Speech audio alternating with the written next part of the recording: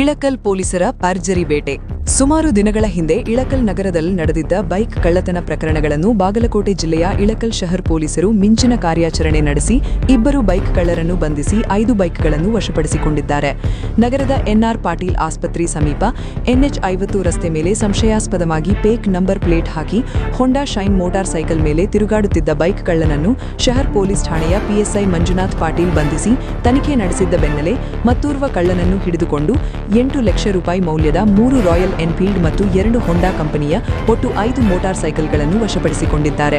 Bagalkot police ವರಿಷ್ಠಾಧಿಕಾರಿ ಸಿದ್ಧಾರ್ಥ್ ಗೋಯಲ್, ಹೆಚ್ಚುವರಿ police ಅಧೀಕ್ಷಕ Prasanna Desai, Hunagund DYSP Santosh Bannatti, CPI SB Ajura ನೇತೃತ್ವದ ಮಾರ್ಗದರ್ಶನದಲ್ಲಿ ಶಹರ್ ಪೊಲೀಸ್ ಠಾಣೆಯ PSI ಮಂಜುನಾಥ್ ಪಾಟೀಲ್, ಅಪರಾಧ ವಿಭಾಗದ PSI CB ಕಿರಶ್ಯಾಳ, ಪೊಲೀಸ್ ಸಿಬ್ಬಂದಿಗಳಾದ AH Sutagundar, Ranganath Lamani, Kumar Lamani, CI Baligar, DH Waddar ಮತ್ತು ಜೀಪ್ ಚಾಲಕ ಲೋಕೇಶ್ ವಂದಗನೂರ, CB ಜವಳಗೇರಿ, BV ಕಟಗಿ, ಮಲ್ಲಮ್ಮ ಸುಂಕಾಪುರ ಕಾರ್ಯಾಚರಣೆಯಲ್ಲಿ ಪಾಲ್ಗೊಂಡಿದ್ದರು.